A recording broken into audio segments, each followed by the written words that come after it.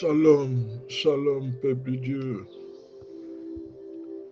Que le Seigneur nous bénisse. Et que la gloire de Dieu soit sur notre vie. Alléluia. Le thème que je veux voir avec vous aujourd'hui,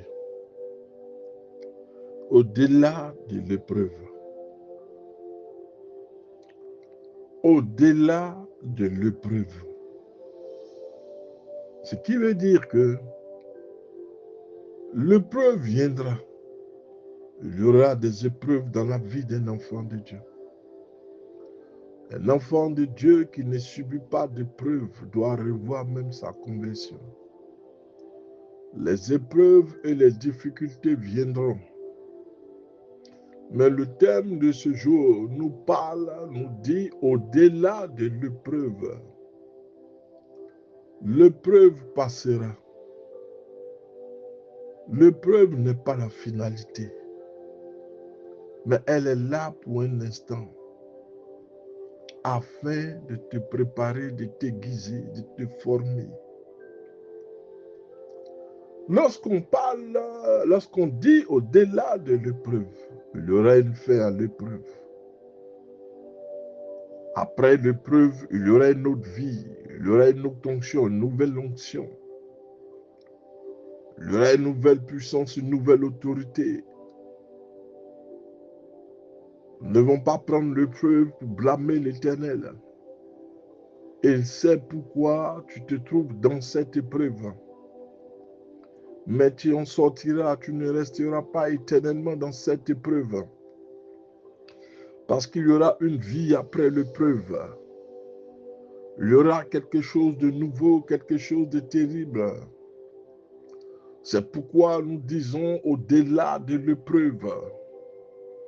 Il y aura une victoire, il y aura une élévation.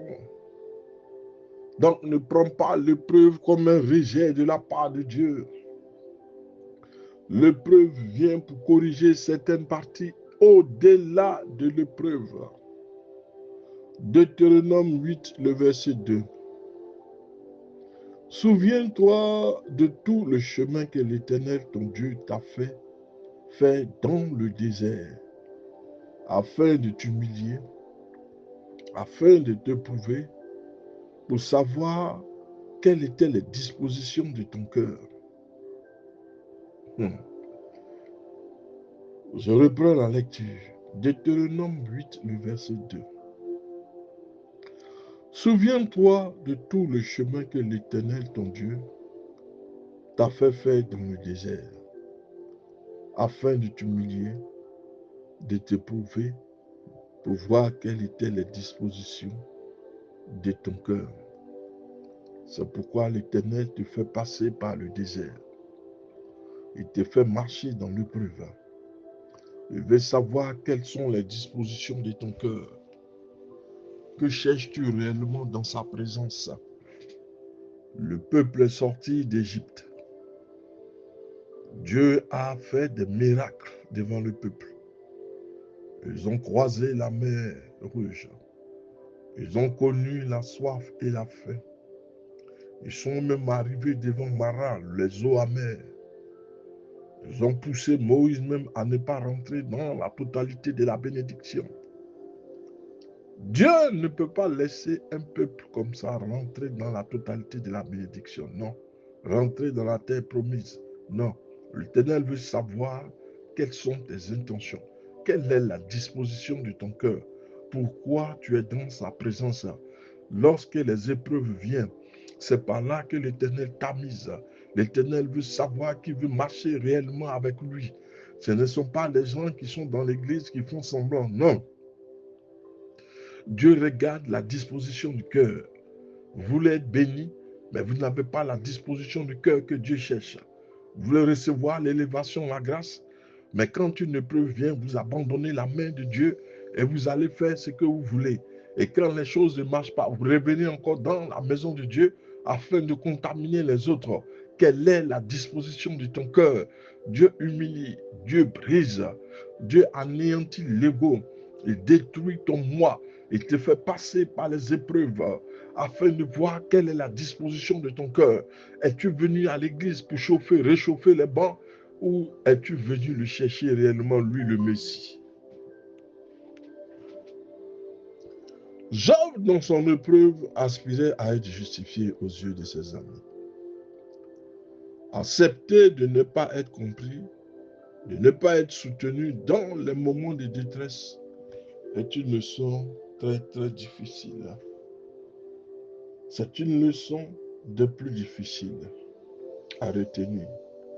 Lorsque Eliou parle à Job, il plaide pour Dieu.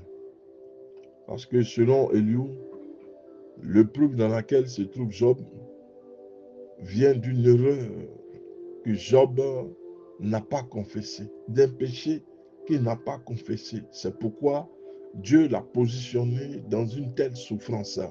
Donc Eliou ne pouvait pas comprendre que Dieu puisse mettre quelqu'un de pur, de propre, quelqu'un d'intègre. Le Seigneur même dit de Job à propos, dit à Satan à propos de Job, as-tu vu mon serviteur Job? Il fait ma joie. Il est intègre dans toutes ses voies. Mais comment comprendre qu'une personne qui est intègre se retrouve dans une situation d'épreuve? Donc pour Eliou, ce n'est que par la faute de Job. Donc, lorsque Eliou parle à Job, il plaide pour Dieu. Il souligne la perception erronée que tous les autres amis avaient de lui. Il évoque également la manière dont Dieu enseigne et dont Dieu châtie. Donc il y a forcément une faute quelque part. Il y a un péché, une iniquité qui a été posée, dont Job ne veut affirmer. Mais Job savait son intégrité vis-à-vis du Seigneur. Personne ne pouvait le faire douter de sa relation avec Dieu. Ce ne sont pas les positions erronées, les explications erronées qui vont l'éloigner de sa relation avec Dieu. Elle lui évoque la manière dont Dieu enseigne et Dieu châtie. Elle lui rappelle que les voies de Dieu dépassent notre compréhension. Les voies du Seigneur ne sont pas les nôtres. Cette notion peut être difficile à accepter, surtout lorsque nous sommes plongés dans les douleurs. Job était tellement convaincu de son innocence qu'il était incapable de voir les leçons que cette épreuve pouvait lui enseigner. Il est vrai que nous marchons avec le Seigneur, marchons dans une sorte d'intégrité. Mais l'Éternel attend de nous que nous nous débarrassions de tout.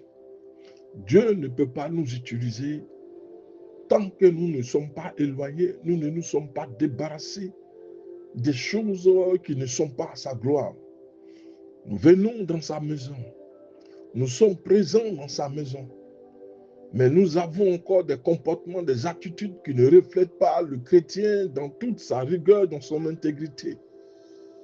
Job était convaincu de son intégrité, donc il ne comprenait pas, il ne voyait pas ce que l'Éternel était en train de préparer. Il était convaincu de son innocence. Il était incapable de voir que cette épreuve pouvait l'enseigner. Son opiniâtreté à se défendre contre la fausse conclusion. Vous savez, les gens peuvent nous accuser, les gens peuvent dire ce qu'ils veulent. Mais tant que l'Éternel reconnaît notre intégrité, nous gardons toujours le cap. Notre but n'est pas de plaire à un homme, mais de manifester la gloire de Dieu. L'homme est d'humeur changeante, de nature changeante. L'ingratitude même caractérise l'homme. Tout ce que nous devons faire, c'est de chercher à plaire à Dieu. Job se défendait. Or, quand nous marchons avec le Seigneur, c'est lui notre véritable avocat. Nous n'avons pas à nous défendre. Laissez les gens nous accuser. Le Seigneur nous défendra toujours. Et nous défendra toujours. Job était opiniâtre à se défendre contre les fausses conclusions de ses amis. Ce qui l'empêchait de reconnaître les aspects de la vie qui nécessitaient un changement. Cela nous mène, alléluia, cela nous amène à réfléchir. Combien de fois sommes-nous focalisés sur notre propre douleur, sur notre sentiment d'injustice, sur le besoin de nous expliquer, que nous ne voyons pas les opportunités de croissance qui s'offrent à nous. Nous allons dans la mauvaise direction. Nous choisissons la direction qui n'est pas du Seigneur. Nous cherchons à nous défendre devant les accusations. Nous n'avons pas de soutien d'aucune personne que ce soit. Mais celui sur qui nous devons nous appuyer, c'est le Seigneur, le Messie, lui seul. C'est lui qui nous défendra. C'est lui qui reconnaît notre intégrité. L'épreuve vient, elle ne te détruira pas. Elle vient corriger seulement certains aspects de ta vie, certains paramètres de ta vie que tu ne vois pas à cause des douleurs et des souffrances dans lesquelles tu te trouves. Lorsque nous sommes dans les épreuves, nous devons poser la question, Seigneur, qu'est-ce qui ne va pas réellement dans notre vie? Au lieu de nous lever pour dire que le Seigneur nous a abandonnés, as-tu déjà vu le Seigneur abandonner quelqu'un? Dieu n'abandonne personne. Il ne fait exception de personne. Mais quand il nous met dans une épreuve, c'est pour corriger certains aspects, transformer certains aspects de notre vie. Il est vrai que Dieu a ses raisons pour nous mettre, pour permettre que ce qui arrive dans notre vie, il est le seul à connaître la raison. Si ces raisons nous échappent même à notre compréhension, nous ne pouvons pas savoir à quel moment allons-nous sortir de cette épreuve. Dieu seul a la sagesse profilée pour ouvrir un chemin par lequel nous pouvons sortir. Lorsque nous sommes dans ces épreuves, dans ce moment difficile, Jacques nous encourage à demander à Dieu la sagesse. Jacques 1, le verset 5. Si nous agissons avec confiance, l'Éternel nous donnera le discernement dont nous avons besoin pour sortir, pour traverser nos épreuves. Mais nous sommes tellement englués à réfléchir, dans des réflexions, à nous justifier, plutôt que de suivre la voie que le Seigneur est en train de tracer, le sillon qu'il est en train de mettre, afin de pouvoir sortir de cette épreuve.